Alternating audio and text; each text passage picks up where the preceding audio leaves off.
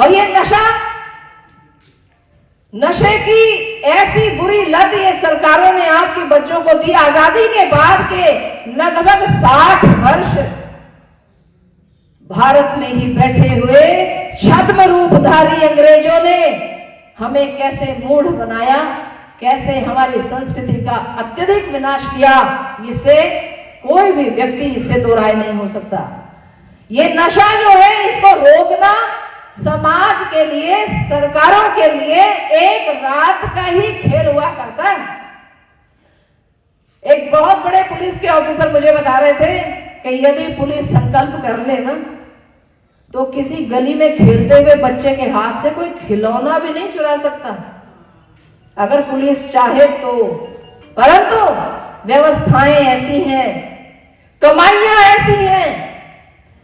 अब जब हीरोइन पकड़ी जाती है, जब नशे की सामग्री पकड़ी जाती है तो सैकड़ों करोड़ रुपए की कीमत होती है इतनी सी थैली की। और ये करोड़ों रुपए की कीमत जिसकी जेब में जा रही है वह तो पूरा प्रयास लगा देगा कि इस कार्य को रुकने नहीं देना चाहिए।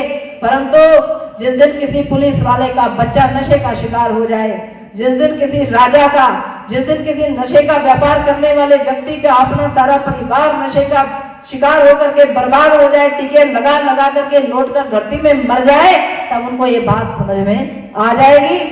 जिस प्रकार से अभी सुन रहे थे कि संतों के पास जाकर के और दान भी कर देते हैं ऐसे व्यक्ति जो बुचड़खाने चला रहे हैं। डेरा बसी के बुचड़खाने वालों का नाम लिया नहीं महाराज जी ने, मैं बता देती हूँ। अभिनव इंदिरा के बाप का है। क्यों? ओलंपिक में गोल्ड मेडल जीत के लाया वो लड़का शूटिंग में, उसका बाप काम क्या करता है? डेरा बसी में बुचड़खाना चलाता है। गायें कटती है, आंदोलन भी हुए, हम भी गए, परंतु ये व्यवस्थाएं ऐसी हैं कि यहाँ पर कुछ टस से मस होने वाला नहीं है, सम्मान का पात्र बन गया। ऐसे सम्मान को क्या करें जो मेडल गाएंगे रक्त से सना हुआ हो। इसलिए मुझे इस बात को कहने में कोई आपत्ति नहीं है, हमें कोई डर संकोच नहीं है। ऐसी भारत माता किसकी जय करवा रहे हो? जो गाय के खून में सना हुआ। जब तक समाज नहीं जागृत होगा, गुरु गोविंद सिंह जी का वचन है, उनका प्रण है, गौघात को मिटाओ में, तुर्क को खपाओ में। भगवान श्री राम ने भुजा उठा करके कहा है, निश्चर हीन करो वही भुज उठाए पन कीन। सकल मुनिन के आश्रम जाए जाए सुख दिन। इन संतों के आश्रमों में जाकर के भगवान श्री राम सुख दे रहे हैं। उनको कह रहे हैं कि मैं एक निशाचर नहीं रहने दूंगा। ये निशाचर कौन है? ये गौघात करने वाले, गौमांस को खाने वाले, यही निशाचर की श्रेणी में आते हैं। परंतु समय का ऐसा फेर है, हमने अपने ही समाज के बंधुओं को अपने से दूर कर दिया। हम तो रहने लगे सोने के महलों में और वे बेचारे गरीब बस्तियों में। आज भी पंजाब में अगर ऐसी गरीब बस्तियां हैं कि जिनको मूलभूत सुविधाओं के लालच मात्र में ही धर्म परिवर्तन करना पड़ रहा है, तो ये फिर पंजाबियों के लिए डूब मरने की बात है। क्योंकि पंजाब और हरियाणा जो है ये भारत के समृद्ध राज्यों में आते हैं। ऐसी समृद्धि, जो समृद्धि हमारे घरों में आई और हमारी संतानों को ईसाइयों के स्कूलों में ले गई, कॉन्वेंट में पढ़ेंगे। बहुत अच्छा उदाहरण बता रहे थे, एक कॉन्वेंट स्कूल के ड्राइवर ने गाड़ी को सेल्फ मारा, गाड़ी चली नहीं। कॉन्वेंट स्कूल के ड्राइवर ने बच्चे भरे हुए, ये छोटे छोटे उदाहरण, सेल्फ मारा, गाड़ी चली नहीं, तो बोला भाई जय माता की बोलो, नवरात्रे चल रहे हैं। बच्चों ने जोर से कहा जय माता दी, फिर सेल्फ मारा, गाड़ी चली नहीं। बोले भाई बजरंगबली की जय बोलो, बजरंगबली की जय, सेल्फ मारा, गाड़ी चली नहीं। सारे हिंदुओं के, ईश्वरों के, शक्तियों के नाम उच्चारण के बाद उसने कहा कि लो अब मैं जीसस को याद करता हूं, और उसने जीसस की प्रार्थना करी, सेल्फ मारी, गाड़ी चल पड़ी। उस गाड़ी में हमारे और आप जैसे युवा वयस्क बुद्धिमान नहीं बैठे थे, उसमें छोटे छोटे बाल बुद्धि वाले, भोले भाले, इनोसेंट बच्चे बैठे थे। और उन बच्चों को ये समझा दिया गया कि इन सब देवी देवताओं से ऊपर ज्यादा शक्ति किसकी काम करती। ऐसे स्कूल में आप अपने बच्चे भेजना चाहते हो जो किसी न किसी बहाने से आपके धर्म पर प्रचार चोट करते हैं, प्रचंड चोट करते हैं। और हमारे बच्चे जब आकर की ये कहानी घर में बताते हैं तो फिर उनके घर वाले इस बात पर ज्यादा संज्ञान लेते भी नहीं। चलो छोटी सी घटना, कोई नहीं नहीं बेटा ऐसा नहीं बोलते, भगवान सारे बराबर होते हैं। कोई हिंदू उस समय ये नहीं कहेगा खबरदार ओ शक्ति नहीं है, ये कोई कहने की हिम्मत नहीं रखता। उस समय हिंदू माता पिता कहते बेटे सारे भगवान बराबर होते हैं, जीसस भी अपने हैं। ऐसे मरी हुई मानसिकता के, ऐसे गुलामी की मानसिकता के, क्यों? क्योंकि गुलाम अंग्रेज, भारत को गुलाम करने वाला अंग्रेज तो चला गया, लेकिन हमारे अंदर बैठा हुआ गुलाम अभी मरा नहीं। अंग्रेजी बोल करके दिखाना और अंग्रेजी में व्यवहार करना, आज भी बड़े बड़े संभ्रांत हिंदू परिवारों के अंदर बच्चों का जन्म होता है तो बच्चों के नाम ऐसे ऐसे नाम रखते हैं जो अंग्रेजियत पर आधारित। सीता नहीं रखेंगे, सीटा बोल देंगे। हाँ, किरण नहीं रखेंगे, कियान रख लेंगे। क्यों? जरा अंग्रेजी साउंड करते हैं। ये मानसिकता अपनी है। कैसे आप धर्म परिवर्तन को रोकोगे? कैसे? धर्म परिवर्तन केवल ये विषय नहीं है कि उन्होंने गले में क्रॉस पहन लिया है या जिस समय सेंसस होगा उस समय वो अपना धर्म लिखवाएंगे। मजेदार बात है, एक सिख भाई ने अपना धर्म लिखवाया, बोले कैथोलिक सिख। अब ये एक नया ही धर्म पैदा हो गया है। क्या है ये? Catholic Sikh, what is this? ये क्या है? ये वर्ण संकरता आ गई है, जिसके लिए भगवान श्री कृष्ण ने भगवत गीता में कहा है संकरातु नरकायैव। ये संकर जाति आ गई एक नई।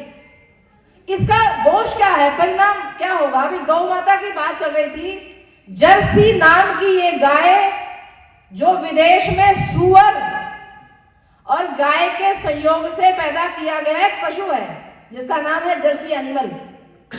ये जर्सी जब तक भारत में नहीं आया था तब तक भारत माता में देसी गाय सदा सर्वत्र विचरण करती थी। मुसलमान भी गाय रखता था तो गाय को काटने से परहेज करता था। ये सच्चाई है। मैंने तो ऐसे मुसलमान देखे हैं जो गाय को काटने में को पाप समझते हैं। गुर्जर है जाति से, परिवर्तित मुसलमान है, लेकिन गाय मारने को, गाय काटने को वे भी पाप समझते हैं। परंतु जैसे ही इस जर्सी का कॉन्सेप्ट भारत में आया तो आंखें फटी की फटी रह गई। 25 लीटर, 30 लीटर, 35 लीटर, 50-60 लीटर दूध गाय, और वह देसी गौ माता जो एक परिवार में एक गौ माता रहे तो एक परिवार में 4 से 5-6 लीटर, 8 लीटर की व्यवस्था वो गौ माता करती थी। क्यों? क्योंकि वे परिवार का सदस्य, वह जानती थी, वह माँ थी, वो जानती है मुझे अपने बच्चों का पालन पोषण करना है। गाय को व्यापार के लिए कभी रखा नहीं गया। डेयरियों में लोगों ने भैंसे रखी होंगी, गाय कोई नहीं रखता था। और जैसे ही जर्सी का प्रवेश भारत में हुआ, लोगों ने अपनी देसी गौ माताओं को कहा खोल खोल करके खूंटे उनको सड़क पर निकाल दिया। वह देसी गौ माता यहाँ वहां भटकती रही।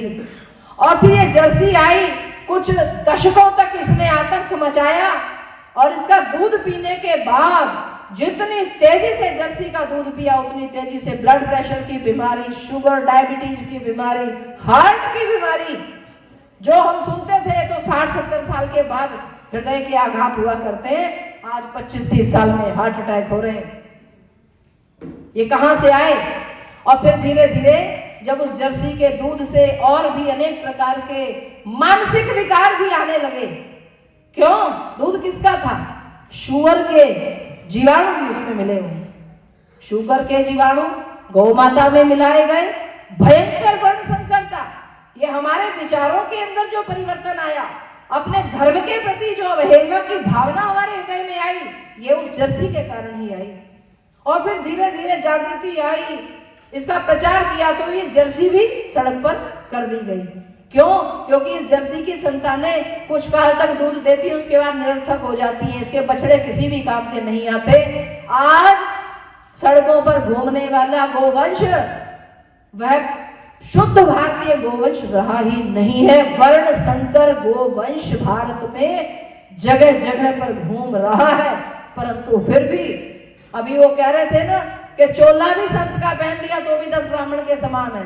उस गौ माता ने शरीर तो गौ माता का बनाया ना, इसलिए हमारे लिए तो वो फिर भी माँ है। ऐसी उस गौ माता की रक्षा के लिए अब उसको काटने वाले जो हिंदू हैं वो यही कह रहे हैं कि ये तो मिक्स ब्रीड है, गौ है ही नहीं। एक बड़े धर्मात्मा हमारे क्षेत्र के जो बहुत बड़ी गौशाला चलाते हैं, आश्रम के पास से दुर्गंध उठने लगी। हमने बालकों को भेजा, विद्यार्थियों को, पता करो ये दुर्गंध कहाँ से आती है। पता चला बच्चे आकर के डरे हुए बोले जी वहां तो बहुत सारी गायें मरी पड़ी हैं। तो हम भी चले गए देखने। सच्ची बात थी, 20-25 गऊ के कंकाल पड़े, किसी की चमड़ी उधड़ी, किसी के नहीं उधड़ी। अब हमने प्रेस वालों को बुला करके हल्ला मचा दिया कि भाई पता करो ये कैसे, क्या चल क्या रहा है। जो मन में सोचा था वैसा तो कुछ नहीं हुआ। हमें लगा शायद कोई विधर्मी व्यक्ति यहाँ पर क्रियाशील हो गए, लेकिन जानकारी जो मिली वह क्या मिली कि धर्मात्मा लोगों के द्वारा चलाई जा रही गौशाला में से जब गायें मरती हैं उठा करके यूं बेच दी जाती है, उनका ठेका बोली उठाई जाती है और वे बोली उठाने वाले उनके चमड़े को छील करके और उसका व्यापार करते हैं। हृदय विदारक समाचार ये हमारे हिंदू समाज में। मैंने उस व्यक्ति को बुला करके और मैंने कहा कि देखो आज के बाद हम आपसे संबंध विच्छेद कर रहे हैं, आपके हम किसी कार्यक्रम में नहीं आएंगे। आप जनता से गौ माता की सेवा के नाम पर धन लेते हो, क्या मरने के बाद इस गौ माता के लिए एक गड्ढा खोद करके उसमें नमक डालकर चादर उठाकर इसको विदा नहीं कर सकते? हमारी गौशाला भी आश्रम में है।